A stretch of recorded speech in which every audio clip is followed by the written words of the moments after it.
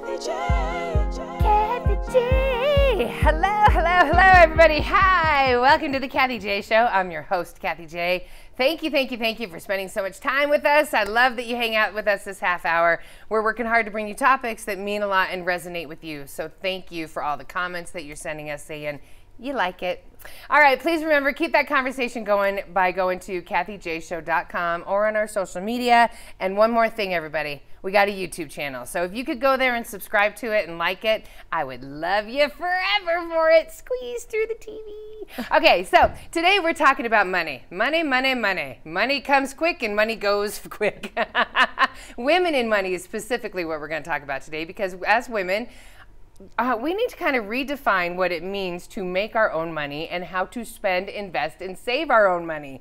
Being the queens of our money is a financial revolution, everybody, but we brought in the girl from Queens. Christine Walsh is here, our money expert. Yay! Hi! I'm so excited you're back. Oh, thank you for having me. I'm excited. It's my favorite topic. So. Yeah, right. You know all about this. Last time you were here, we had so many viewer comments that they were like, I learned so much from Christine, so let's get into it. What is the #1 mistake that women are making with their money? Well, the one that I see the most, and there's lots of ways to look at this, but I think it is women giving their power away around this thing that we work with day in, day out, and just abdicate. You mean somebody else controls paying our bills and stuff? Somebody else takes over, and I think we do that, and it's the general collective energy. So when I say we, I think of us as a whole.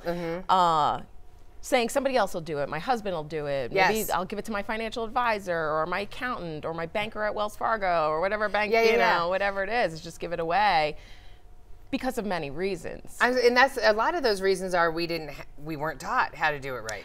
Absolutely. We're being taught from a mother who didn't do it right. Right, traditionally, what were the modeling we saw in our family's household growing up as a kid was dad going to work, being the provider, mom staying home with the kids. And then every once a month, dad would be stressed out on the kitchen table, paying all the bills. You never saw really mom paying the bills. Mom got to spend with us. So if you think of the couple of generations before us, that's how it worked. And we're now taking that on, and we get to make another choice right now of how we want to do this.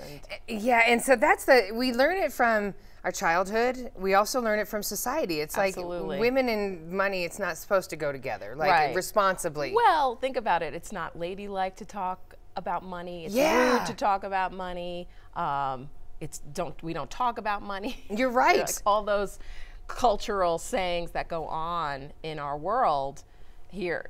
Well, a lot of times it's because we weren't making any money, so there's nothing to talk about. Well, think about this. Like, as women, we really only have been making money since for the past 60 years or so. Isn't that crazy? Right. Yeah. And the idea that we couldn't sign for a credit card on our own until 1974. It was really 1974? Yeah. And I was born in 1974, so it sort of sometimes feels like a long time ago. Right, but then you think, no, it should have been a lot earlier than that. Right, exactly. But they just, financial institutions didn't see us as someone that was responsible to deal with their money. Is that it? Yeah, and that wasn't that long ago, in the whole scheme of things. So everybody, it's time for us to take back the power and redefine what it is to be financially, safe, smart, whatever the word is. I think healthy is the word. Financially healthy. Yeah. All right, so when we come back, we're going to talk about how women deal with money differently. We'll really get into it. We'll be right back.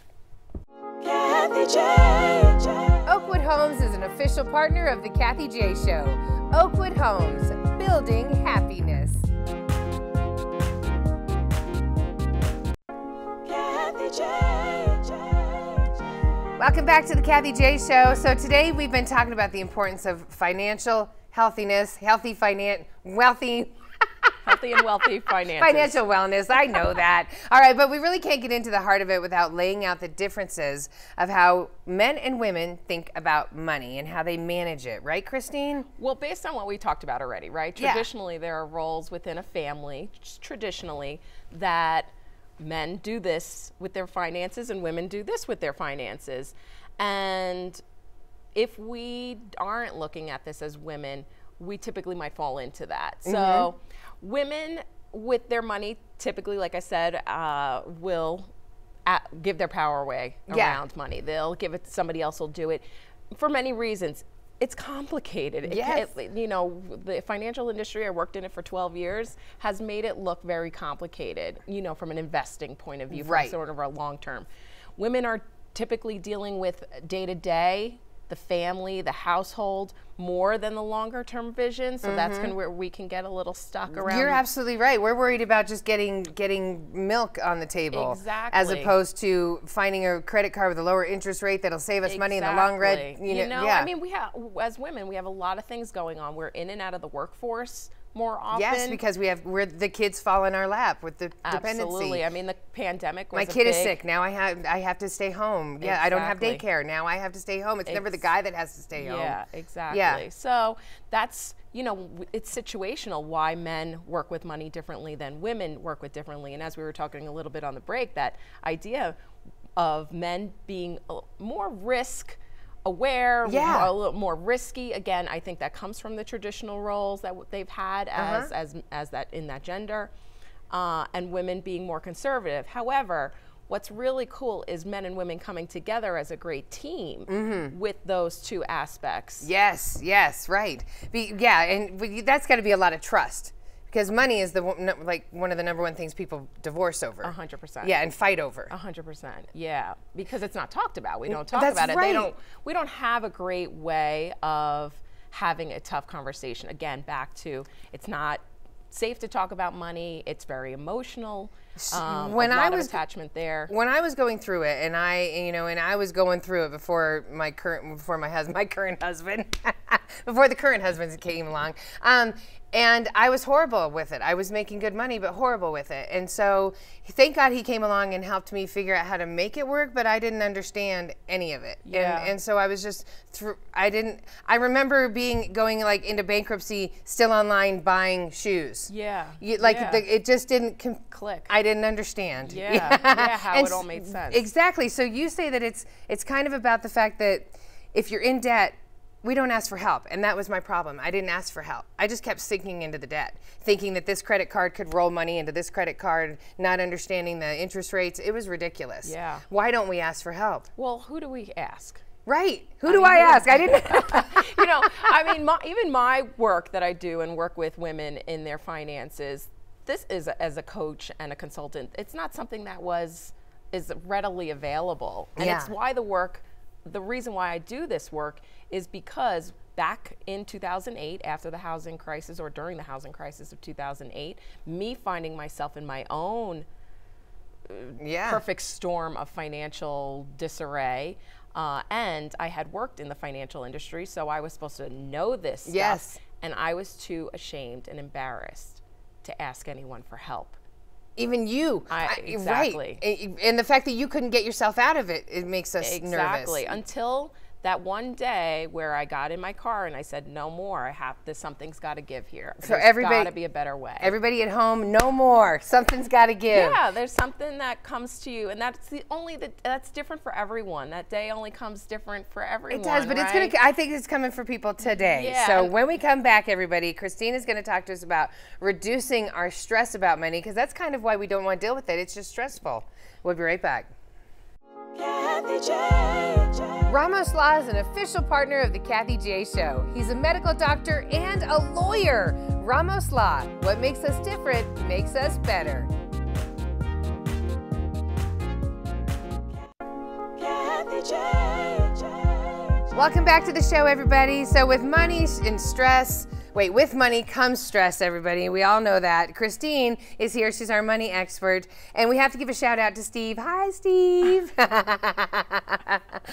Okay, so Christine, how can women reduce their stress when it comes to money? First, just breathe. Women out there, please. Yes. Just breathe. Just breathe. It's overwhelming. And no, you're not alone. No, you're not alone. And as I was telling my story, that's how I felt for so long. I felt that I was so alone and I had no one to talk to about this. And so many women, I'd have to say a large amount of them are struggling at some level with their finances in their relationship with their finances or with their kids and their finances, their work, their career, whatever that is. So just take a moment and breathe and just realize that you're not alone. There are others along the journey here with you. And that goes back to asking for help, right? Right. And what that looks like and how well you are available to receive help. So who am I asking? What if that's the whole reason I'm in this money problem is I have nobody to ask for help. Right. Well, how I would start most likely is just with ourselves of writing out. If you're a journaler, that's great. Or if you do have a friend that you trust, that's really important to have a conversation with someone else. Right. But if it's not with someone else, it's with yourself. So it's like, Kathy, dear Kathy, we suck at money. We need to get it together. Why are we like this, right? And then how do I turn that into wanting to do the next step of fixing all of it? Well, ideally you're doing with, even though we suck, you're doing with a little more love and compassion. But that's it. I do have my clients write a Dear Money letter where I'll say, write, Dear Money, I can't stand you. Why are you never around? Why do you leave me? Yeah. You know? And write that all out. There's something to be said about getting this stuff out of our heads. Okay. And onto paper, computer, voice note, whatever feels like. Again, women and money are there's an emotional attachment there. There's an expressive attachment there. Yes. So if there's an ability for you to express it in whatever way that is, you're going to find some freedom in that to start. Because you're starting a conversation, even if you're journaling about it and writing it, you're starting the conversation that you don't normally have. Exactly. Okay. So I do recommend if this is something that's up for you, is take out that piece of paper and say, Dear Money, and whatever, this is for you. You don't have to, you're not coming on the Kathy J show right. and showing the letter or anything like that. This is for you. And at the end of that, you say, sincerely, Christine, sincerely, Kathy J. And then you switch roles and you become money and you respond back. This is why you suck, Kathy. Is that what the money would say? Okay, so that's how you build is that really how you build a healthier relationship with money? You're building trust in a way. Crazy. You're building some more confidence around this topic because it's so much about how we show up. No, you're right. The money knows why my water got shut off. Yeah. It's staring at my Nikes sitting right there. I mean, we make these decisions. Yeah. And right or wrong, we have to deal with the consequences. Yeah. And everyone gets to make this choice for themselves. Some people out there might be like, I don't want to do this. Yeah. This is not for me. I'm just going to keep living in stress. But those of you who do want a healthier relationship with money, because why? Money, we live with it for the whole rest of our lives. Money, we deal with it for the rest of it's one of our longest relationships. So when it comes to, you're absolutely right, and one of the hardest ones to maintain. Yeah. And so when it comes to your household, I make money. I know that I can't make money come out of, I can't get it out of a turnip or whatever that term is, but how do I make the money go farther? Is it going to click all of a sudden that, I guess I am wasting money over here when I have to get my eyebrows done or something, right? Well, when someone comes to me and asks me how to create a better relationship with money, I'll say, let me see back in the day it would have been, let me see your checkbook. Yeah, it was real easy. It was all right there. Yeah. Now it's, let me see your online banking statement in a way. Right, because you can see where money's going. And I'll tell you what you value. Right. Money is an expression of what we value and what we put towards different things. It's an exchange. So you're exchanging the money for something that creates, supports you on a values basis, on a needs basis, whatever that is. I mean, just taking really bare bones needs are groceries, right? If I'm buying organic, or it means that health and well-being is important to me, if you will. It's not the only denominator, but that's a great example. What does living in a home that's, writing that check, that mortgage check. Yes, right. Don't write it anymore. It's right. Auto deducts. Right. Yeah. But so it's all about, so you do the money letter. It's about seeing where your money's going, because obviously 7-Eleven makes a lot of money off of me because that I would imagine if you were to go through your list of transactions over the past 30 days, we're at the end of March here, right? And it's Women's Month, so maybe this is a gift to yourself in a way. You look through, again, with no judgment. That is key to this, because if there's judgment, it's going to perpetuate feeling more like crap. Yeah, and we don't want, and that's what keeps us from doing it. That's not where we're looking at. So you look at it and you say, okay, I'm just going to do this, no emotion. I suggest light a candle, put some music on, have a piece of chocolate waiting for you afterwards. Like, set yourself up to win, and go down the list and say, you know what, actually I do spend a lot in my values. I spend for my family, or I'm saving for a vacation, or I mean, for me, I love clothes, so I look through when I see it. J. Crew go through, or Amazon, you know, I'm like, oh, you know what? That's my hitting my value of self-expression. Right. Okay. So that's a good way. So get grounded, everybody, but be curious about what you've been spending it on, and take a good look at it. All right. So when we come back, and I like that, set yourself up for success with chocolate. We've got a lot more to cover with Christine. We'll be right back. Kathy J. The Colorado Lottery is an official partner of the Kathy J Show. Colorado Lottery, play on.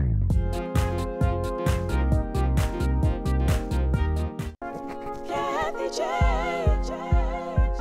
I asked Christine so many questions during the break. Welcome back to the show, everybody. Christine Walsh is here, our financial money expert. Yay, Christine, I love you when you come. All right, so we were talking about women and their financial wellness. So we've come so far. I mean, like you said, we've only been working since, I don't know. Like earning since I think John F. Kennedy, as the president, put in some equal pay legislation like late 60s or so. Yes, so. But it's not equal pay. No. Yeah, so everybody right now, currently, a woman makes 82 cents for every dollar that the guy makes. And in my career, everyone always thinks, oh, Kathy J, you've had a great career here on the radio and stuff. I never even made half of what my two male partners made. Wow. Like my whole career. So, you know, so it kind of, it sucks. It bites hard. Yeah, yeah. exactly. And it was because I didn't have enough experience, and then. Well, it just feeds to all the things that are keeping us stuck in the first place, like our own self-esteem or anything that's coming up around that, or you know, I had to stay home with the kids, or yeah, like it feels like you just keep getting hit, and when you're the one that's not making as much money, that means your cars aren't getting as improved, so you have more of a risk of breaking down and not making it to work. Bills aren't getting paid. There's that extra stress. Like when you're not making as much as your fellow guy for the same work, it really hits you hard in every aspect of your life. Absolutely. So we as women, we are building better. But what can we do? Because we're generating a lot of wealth here in the United States. Well, right, and I think of the transferring of wealth that's coming down from our parents and things that generational wealth, if you're lucky enough. Wealth that's coming, exactly. Yeah. That's coming through. We've been in a robust time. A lot of women are starting businesses that are now not working for someone else as an employee. So, and I think the biggest one is the legacy that we're leaving. Yeah. With our children and how we're handing this over to them.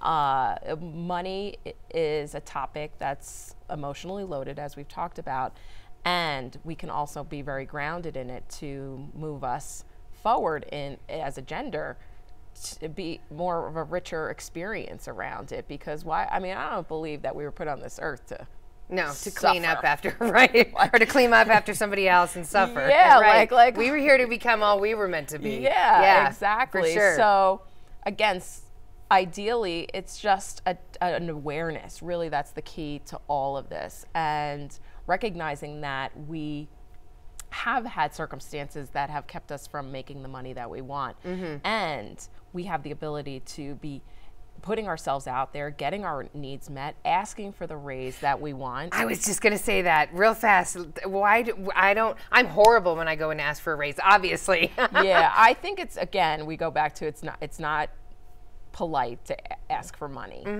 But I got to. Yeah, we got to. It's stressing me out every day. And there's plenty of money out there to be had. And us as women, practicing our receiving muscle. Yeah, if receive. You will. We're worthy of receiving. That we can. And again, we have so much more emotions typically tied up with money than men do. So that puts us in a place of, oh, is this the right thing to do? I don't know. Who do I ask? Where do I go?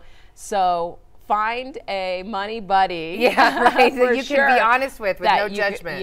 that you can trust. Everybody, you're amazing, Christine. To connect with Christine, go to her website, ChristineWalsh.com, and on there you can find her money archetype quiz. Archetype? Yes. Archetype. Quiz. Take the quiz to see what's blocking you financially. I'm scared to take the quiz, but I'm going to do it because we have to start the conversation. Christine also has a new book coming out in late spring. It's called Be the Queen of Your Money.